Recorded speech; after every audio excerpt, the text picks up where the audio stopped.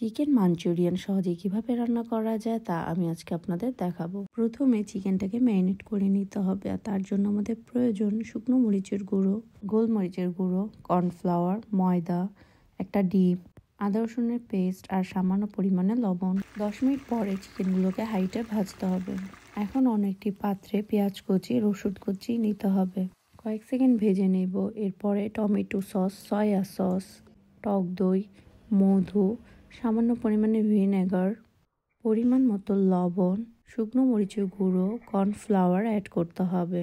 এরপরের মিশ্রণটিকে ভালোভাবে নাড়াচাড়া করে তার মধ্যে লিকুইড দুধ দিতে হবে। এরপর মশলাটাকে 2 মিনিট মিডিয়াম হিটে নাড়াচাড়া করে তার মধ্যে চিকেনগুলোকে মিক্সড করতে হবে। চিকেনগুলোকে যেহেতু আমরা আগে থেকে ভালো করে ভেজে নিয়েছিলাম, তাই বেশি সময় লাগবে না কুক করতে।